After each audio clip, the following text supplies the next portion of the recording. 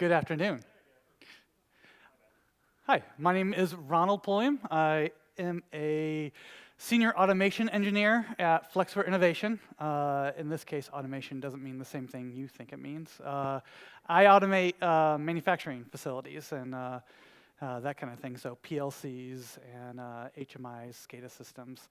But today, we're not talking about industrial applications. We're talking about IoT, and mainly the kind of IoT I like to play around with is home automation. So I'll show you some examples of that. But before we get rolling, I wanted to take just a quick poll, gauge like where you're at in microcontrollers and that kind of thing. So I think I know what this is going to turn out to be, but how many of you have ever heard of a Raspberry Pi? Raise your hand. Keep it up. Okay, lower or keep your hand up if you own a Raspberry Pi. Okay, still lots of hands. Keep your hand up if you've used that Raspberry Pi. Some hands went down. That's what I expected. Okay, okay, different poll. Arduino. How many of you heard of Arduinos? How many of you own an Arduino? Less hands there, though some hands went doubled. How many of you have used that Arduino? So about that same. So if you own it, you've used it. Thank you.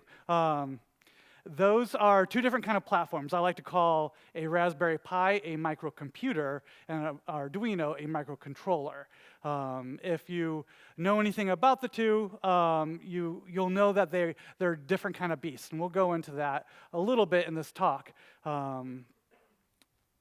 This is the outline, but we're going to do all those things, so I don't need to rehash it. So why Python for embedded? Embedded microcontrollers, fairly interchangeable words though. So I don't need to go into it with this crowd of why Python is a good language to use. It is not something that has traditionally been used though in the world of microcontrollers, but you might ask yourself, why can't I just use Python on a Raspberry Pi? And though Raspberry Pis are great, it's not great for all applications. Namely, some of my favorite applications to get away from a Pi, power management. Raspberry Pis take a lot of current draw. And if you're going to want to do anything that runs off of batteries, Raspberry Pi is probably not the platform you want to use. Fast execution. So there's a lot of overhead in having a full-blown OS. And a microcontroller will have a much smaller system on there, executes code a lot faster. And lastly, size. If you notice, there's a microcontroller on that fingertip. That is probably the ARM Cortex M0, but yeah, it's upside down. I have no idea what it is. But they're incredibly small, allows you to create tiny PCBs to use in all kinds of applications, where a full-blown computer or microcomputer would not be very suitable, like textiles. Yeah, wearables. Thank you. Before I really caveat here at the beginning, I would assume that everybody in this room knows more about Python than me. I'm a hardware guy, not a Python guy. I would say there's probably 1 or 2 dozen of you guys that might know more about microcontrollers than me. Maybe not that many. So I approach this from a microcontroller standpoint, and that's why I'm excited about MicroPython. It gives me opportunity to play in that Python realm in what I like to play with as microcontrollers. So MicroPython is a complete re-implementation of Python. So it didn't go into the CPython code and make changes there. It was a reimagining of starting with the base documentation of what Python's supposed to do. Designed to be more efficient with resources and designed to run on the bare metal, on the chip, not with an OS underneath it. So, and it has all these great things that you're familiar with, like a REPL. It pretty much supports most of the libraries that you would, the basic libraries that you would have, but they're not often included with the package. So, and a lot of those libraries are minified. They're made smaller, and you'll see the difference because they'll start with a U. So like the time module might be called microtime or utime. Yeah, so, and other than being stripped of a lot of the, I mean, there's a ton under the hood that I'm not going to get into of what makes it different than, say, CPython, but for the practical purposes, it's missing a lot of the libraries, not missing, but they're not strictly included. You have to include the libraries you want, and also there are some new libraries, and those libraries are to control hardware. A little bit of where MicroPython came from. So back in 2013, Damien George is a experimental physicist. He was working at Cambridge, and he thought, wouldn't it be cool to do a Kickstarter? Back in the day where everybody was doing Kickstarter and raising a lot of money. So he had seen a lot of other high-level languages being implemented on bare metal, like JavaScript, and he thought, well, why hasn't anybody done this for Python? So he took it upon himself. He also has a master's in CS or something, so he's well versed in the coding world as well. So he took it upon himself to launch a Kickstarter, kind of out of the blue. He hadn't used a whole lot of Python at that point. He has used a lot of C at that point, and that's what MicroPython's written in. So ran for 30 days, very successful, blew their target out of the water, and this first one included, what you see there in the picture is a Pi board. It's the first piece of hardware that MicroPython was written for. I believe that's a STM32 microchip. And they, I believe, yeah, it took about 2 years from the first line of code being written in C to the official launching of MicroPython on April 12th, 2015. So not a very old implementation. What's that, 4 years old? Getting towards a 4-year anniversary. So we should have a party. Any excuse for a party. So what happened after that, it, of course, was being developed. It's open source, so lots of people were piling on, excited about the project. I mean, just those Kickstarter numbers showed. But they wanted to port it to another platform, so he decided to run another Kickstarter. This one, software-only Kickstarter, has no hardware component, so there's no reward levels as you would expect in a Kickstarter where you get something sent to you in the mail. So they ran a Kickstarter in order to port this to what was then a really hot up-and-coming microcontroller that had embedded Wi-Fi in the controller. It's still one of very, very popular platform to code on for both MicroPython and C, Arduino C, or Lua, or I guess Rust, no? Maybe. Anyways, it was also successful, so they did the port. And there are several boards now, and we'll get into it, that you can use MicroPython on. So MicroPython specifically has benefits and drawbacks when compared. Now, you have to consider it in two different directions. So there are people who know C, have been coding in assembly, and they want something that's easier, faster, quicker for development, and so they'll step up to, and we'll get to, I think I actually write this on another slide. They step up to MicroPython because it is easy to learn. It's a scripting language, so and it compiles on the board, so it's really fast to iterate with.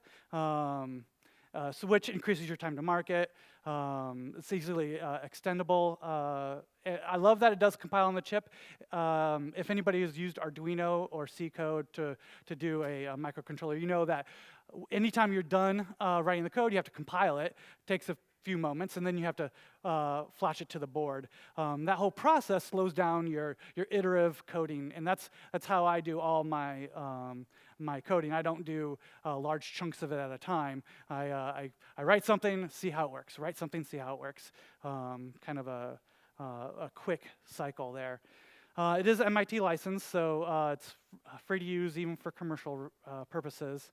And yeah, and compared to, say, Python on a microcomputer, it's faster, smaller, and more efficient. Drawbacks are I wouldn't use this for tiny processors. So Arduinos came to life using the AVR chips. Those are just too small for MicroPython. It does have more of an overhead than, say, C or assembly would. So if you have to do anything with really precise type, quick timing, you might need to go back to C for that, or anything that really utilizes memory efficiently. Though it is written to, as much as possible, use efficient memory. So of course, there could be a lack of embedded developers that are familiar with MicroPython. So if you're hiring for that kind of a situation, there could be a drawback there. Once again, memory usage compared to, say, C, there could be some issues there. So it's something to keep in mind. And then, of course, from the other end of things, not great for huge projects where maybe embedded Linux would work better. So, how many have heard of MicroPython before? Is that most hands? About half hands? How many have you heard of Circuit Python? And that's about half of what was initially. So there is a derivative, a fork of MicroPython called Circa Python that Adafruit, or Adafruit, I actually don't know how it's pronounced,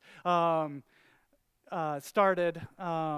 And it's only been a couple years, and specifically for their processors. They tend to use the SAMD21 processors. Also ARM, Cortex, M0s, M3s, M4s, that kind of thing, which is the same ARM chips, same architecture as what MicroPython was initially made for, but they diverted from MicroPython because they wanted something that was specifically easy for beginners to understand and use, good for like a classroom education. Not that MicroPython isn't, but there's some complexities there because MicroPython is written in the context of somebody who uses lower level like C or assembly that wants to step up to a higher level language, where Circa Python is more of for someone who's, say, like you in this room, who is really well versed in Python, but wants to drop into microcontrollers and doesn't need to worry about some of those finer details. I also want to mention there is another Python for microcontrollers, which is called Xerneth? I've not actually ever said that out loud.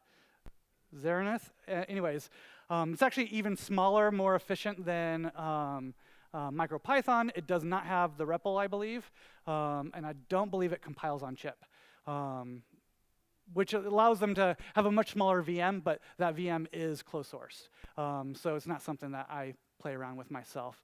I think, I don't know, it's like a couple bucks per VM or something like that. The first 10 are free or something. So it is something you could try out, see if you like it. They have a whole ecosystem. It used to be called Viper, if you saw that Kickstarter back in the day. Yeah, so they also had a successful Kickstarter to start their implementation. Supported boards, so there are lots and lots of boards that you could run MicroPython on. They revolve around mainly three main chips, architecture. So there's the ARM Cortex line of microcontrollers that you can see on like the Pi boards, the YPi, even the Microbit, which has a Bluetooth module on it. And then there are the two processors from Expressive. Expressive is a Chinese company. These are that ESP8266 that their second Kickstarter was for porting over. This is the company that makes those. They also have a big brother of that that's relatively newer that arguably is gaining more traction than even their first one, which is the ESP32. Some of you might have heard of that. I talked to somebody earlier that said they have actually played around with that, and that's cool. And I have examples sitting out on the table out here if you want to take a look at them at the end here. I listed some of the specs there. It might not mean anything to you. The ESP32 is in comparison, pretty fast, pretty beefy of a microcontroller, and fun to play with.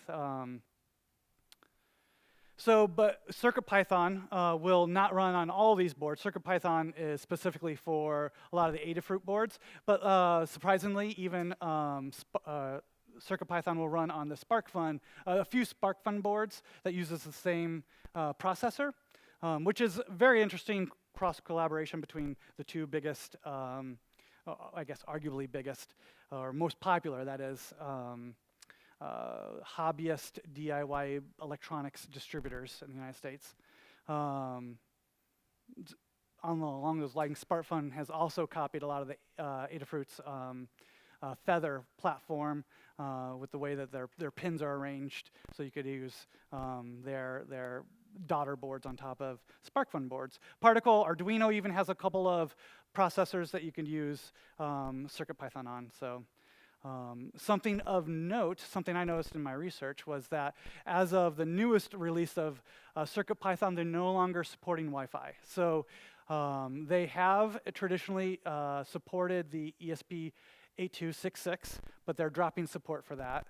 That is CircuitPython.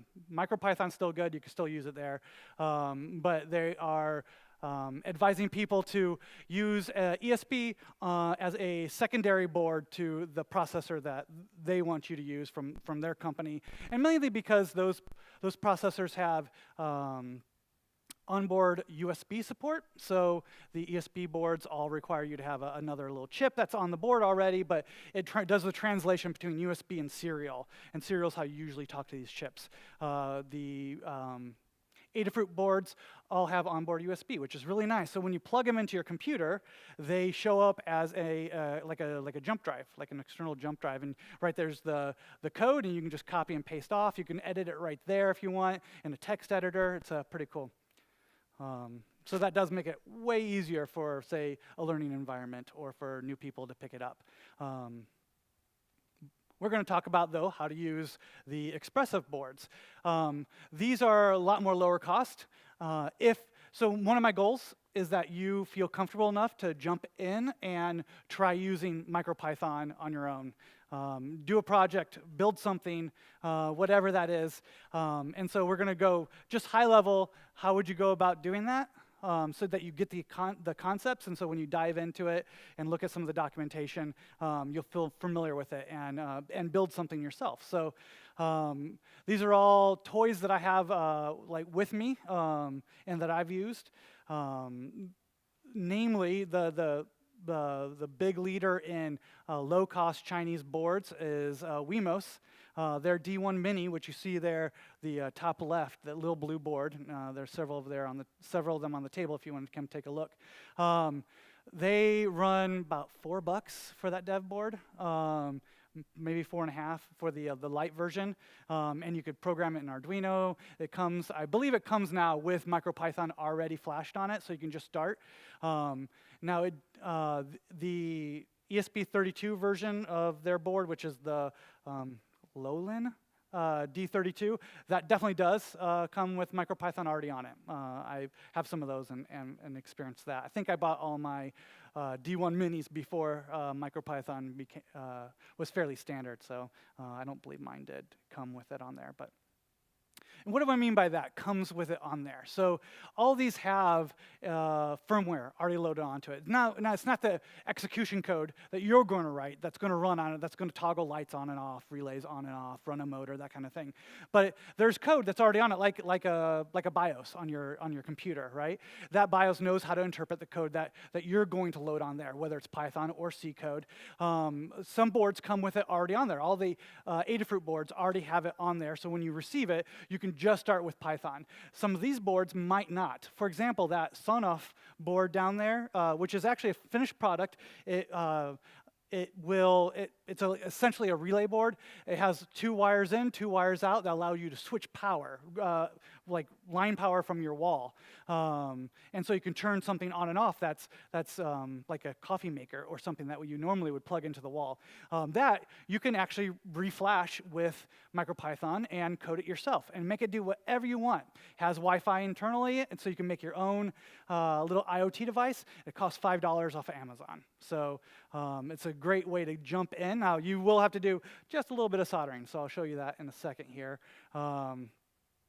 So the tools that you're going to use, I listed here, ESP tool, and then we'll get into them as we go. So the ESP tool is something from Expressive. It's how you flash a chip. So if it doesn't already have MicroPython on it, you'll use this to put it on there. There are files that you can get from MicroPython's website that already is pre-compiled. You don't have to worry about, downloading something from GitHub and running make on it and all that stuff. That kind of stuff probably doesn't scare you. You probably do all the time. I don't like doing it. So I just download the bin file right from their website, and I can immediately load it onto the board using just a command line interface. The board will show up as a COM port or USB port on your Linux computer. So, and it's fairly straightforward to use. Once you've loaded on there, you can run. You can connect to it using your standard tools that you would use, like SSH. You can move files over by using the SCP secure copy, I think is what it is. But what I prefer using, which is easier, is the web REPL. So a lot of these boards have onboard Wi-Fi, all the ESP ones do. So what you do is once you load MicroPython on there, you connect to it, say it's a COM port, so you'll use some kind of utility like PicoCom or Minicom. If you're running Linux, I just use PuTTY. Screen, yeah, that'll work. If I'm on a Windows machine, I'll use PuTTY and just connect to the COM port, run one line, import web REPL setup, and just go through the prompts. It's going to ask you to establish a password. And then you can go connect. It'll once it restarts, it'll throw up like it's an access point you can connect to with your computer or your phone, and it will dish out essentially a web page interface or an interface for you to use. You can go to this website, or you can download it from GitHub and run it locally. I mean, this does run locally in your browser, but you can also just have the HTML files and whatnot on your computer. And you connect to the IP address of it, and you automatically get a REPL prompt, and you can do everything from there on out. You can also use it to send files back and forth, so you don't have to use SCP. Which is nice. It's a easy tool to get up and running and continue your development. Once you connect it to Wi-Fi, you can still use the same tool. You just have to find out what the IP address of it is once it's connected to Wi-Fi. Easiest way to do that is to get into your router setup page and find the new device that's listed there. You can also use a tool like Nmap to scan your network. There's other ways too, but those are probably the more straightforward ways that people tend to use. Let's talk about projects. This is where I actually want to talk about. So that was kind of setup information. But so I did 2 projects in anticipation of this talk. This is the IoT, the home automation part. So the first one is a Christmas tree watering system. So as you may know, your Christmas tree should be watered, like all the time at home during the Christmas season. Don't just like put up that real tree and let it go. That's a great way to start a fire. Those things light up. So, but that's annoying. You have to, I have to, get down on my side and with a small cup and try to pour it in there, and it's cumbersome. So that's a great means for automation, right? So I just had one of those old teeth water picks. Sitting around not being used because I prefer actual floss these days. That's right, you should floss. Message from your dentist. So I thought, well, this has a pump. It has power. It has a reservoir of water. So now I just need to automate that. So I did. So here you can see this same thing in 2 different pictures, one in place and one on my bench top.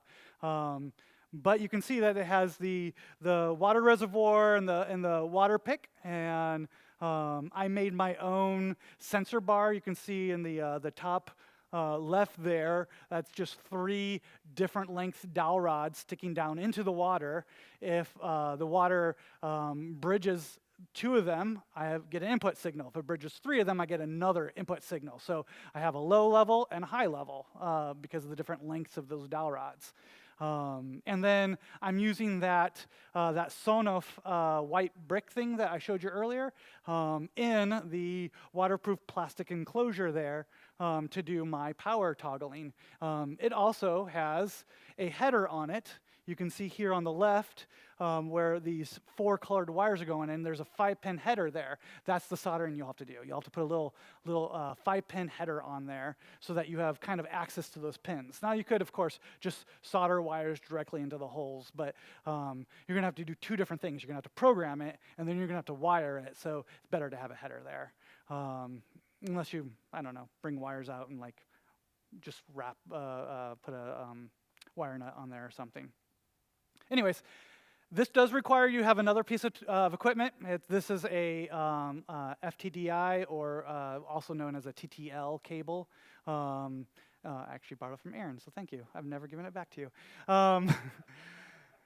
It provides the power, the ground, the send, and the receive to communicate serially with the chip, and you can put MicroPython on there and get running. I then put that green cable that you can see coming in from the right is just an old phone cable. Had 4 wires in there already, so that's what I used to put onto the header to get my 2 inputs, and then the Sonoff provides the 1 output, relay output. So yeah, so this is the code. So this is a Python conference. We should look at some Python code. You know this code, well, not this code, but you know code better than me. So I want to show you at least the highlights of what might be new to you.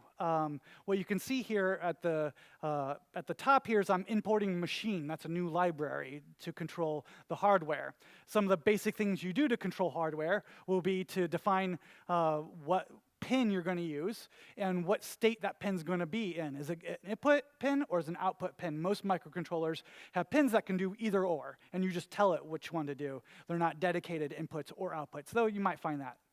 And so you can see here, I use machine, a method called pin, and I tell it what number that pin is. You can usually find that on the board or look in the data sheet or just Google it. It's everywhere. And then I define what it does, machine.pin.out. So that's an output, which I call relay. That's the one that's embedded in the board, not a wire coming off, that controls the relay that's on the board that toggles the power to the output. And you can see here, there I just commented in there that how you would use what you define as relay now, and that's relay on and relay off. There's 2 easy methods to use to toggle a pin on and off. I don't use those necessarily for LEDs because they're reverse logic. So where the relay, you send power out to it to turn it on, with the LED, you send it to ground, send it low rather than high to turn the LED on because it's already getting its hot from somewhere else. And so those, instead, I just define the value. Value 1 is off, value 0 is on. And I do the same thing there. Now, inputs are a little bit different. They have another piece of data you can send to it, and that is an internal pull-up. So microcontrollers typically it's called triac. They're floating. You don't know if they're your 5-volt high or 3.3-volt high, or if they're 0, which is ground, or you're low. They're just floating anywhere. But you can internally tell it to default to one of them, high or low. So here we use a pull-up on all the pins to make them always high, and then for these inputs, and then if I detect a low on that pin, I know that I got my input. So instead of sending, so I'm doing reverse logic here. A low is that I get my signal, not a high, which is kind of opposite of what most people think. Like a light switch, you would think that when you turn it on, the high goes out to the light. Here we're sending the neutral or the common. I'm not using one pin. You can see it marked out there, commented out, the RX pin. These are what they're labeled on the board. And that's all. That's all this controller has. There's no more pins to use. You don't have anything else accessible. So, and you can see I defined some global variables there for my timeout. And this is essentially just a state machine. So I have my 2 inputs, which means I have a number 0 through 3 integer with those using them like binary, right? So I define what those are. So if I don't have either, I have a 0. If I have both, I have a 3. And the other states are just in progress. I ignore them for this use case. And then I define what my outputs are over there on the right. And so you can see me calling in that first if statement, relay.on. It's just that easy. I'm also doing a little timer, so if the timer times out, so the thing's not running accidentally, like say for the reservoir. So that's a big thing with hardware. You got to consider like what happens if something unexpected happens, like I run out of water. Is this thing just going to keep on running all day? It's kind of loud. I don't want it to do that. So I put a timeout in there. Yeah, and that's it. That is all the code to make this IoT project work. It's all very familiar, I hope, to you, other than the few things I pointed out. Do you think you could probably make that happen on your own? Yeah, some nodding heads. I think you definitely could. This is not scary, is what I'm saying. Let's look at one last project. Inspiration from Calvin and his wife. This is a washing machine notifying system. So you're doing laundry. Maybe your laundry machine is in the basement, another floor, whatever it is. Maybe you have to go out for an errand and you're doing laundry. So most laundry machines do have a buzzer of some sort to notify you when it's done, but you can't hear it for whatever reason, and you forget. You promptly forget that you had laundry in there, you walk away. Well, wouldn't it be nice if your cell phone would tell you that your laundry is done? So this is just a quick little IoT project that I actually wrote in C first, did actually quite a bit more code in C, not just because it's C, but also because there's additional functionality that I put in. I brought it with me. This is just a simple motherboard that connects 2 boards together. So this is the Wemos version of the ESP32. This has Wi-Fi and Bluetooth. I'm not using the Bluetooth. And that is an accelerometer. So the concept is as the final spin cycle happens on your washing machine will vibrate. And it'll vibrate quite a bit. And that is the longest time that it vibrates, and that's right before it ends. So I have a timer. If it's vibrating for more than 5 minutes, in the code, I just put 10 seconds for testing purposes. Then it will send a notification out to a service that will then send it to your phone. So let's take a look. Oh, by the way, OSH Park, Open Source Hardware Park, is where I got that board from, where I ordered it. It's like less than $5. I got 3 of them. It's a great tool if you, and I didn't build a schematic or nothing. I just kind of connected these circles on an online tool and threw it out there, got a board. It's easy. You could do it too. But this isn't about building boards. This is about writing code. So you can see here, the first import line is that micro time I talked about. So this is a lightweight version of the library. It's not the full thing. The LIS 3DH that's the model name of the accelerometer I'm using. So I just found that on the internet. I didn't write that. I did have to go edit some things in it. To do this correctly, I wanted to put a high-pass filter in there, and the chip will do that, the accelerometer. And so I'm not detecting like small, subtle movements, only big shutter movements with the filter on there. And also, I'm using a single pin as my notification. So instead of reading in, and you'll see this in the code, instead of reading in the X, the Y, the Z accelerations, I let the accelerometer detect when it gets past a threshold and just give me a high input. And then I clear it, so I know that vibration happened. I don't really care what the value of it is, as long as it's above a certain threshold. So you can see there's that. So I imported that library, the machine one, once again, network for Wi-Fi use, and socket for the HTTP stuff I need to do to notify the online service, which is IFT. How many of you have heard of if this, then that? Service. It's a great little service. It's like a little API connector tool. It's great for hardware as well, because you can send a little HTTP post to it and then have it do whatever you want. Call you text you, send you a push notification, do something else, put something on your calendar, whatever. Has all kinds of connectors that you can use. So it's a fun little, it doesn't do logic, it just that and then that, that's it. So it's a great little tool if you want to use it. You can see here, connecting to Wi-Fi is 2 lines. I mean, you might want to do more. You might want to see if there's any errors or do a little loop there. If it hasn't connected so long, retry, that kind of thing. But if you want down and dirty, 2 little lines to connect to Wi-Fi. So you turn on the network in station mode, and then you tell it to connect, and you give it your credentials. So easy. I have, of course, 2 different there in case I'm at work or at home.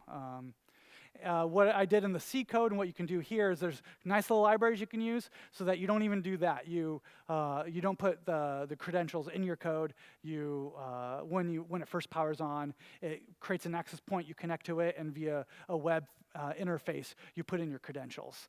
If you ever move it, it can't connect to Wi-Fi, and so it presents that again. But once it has a good Wi-Fi credentials, it connects in station mode. It's no longer in access point mode, and it can do its thing.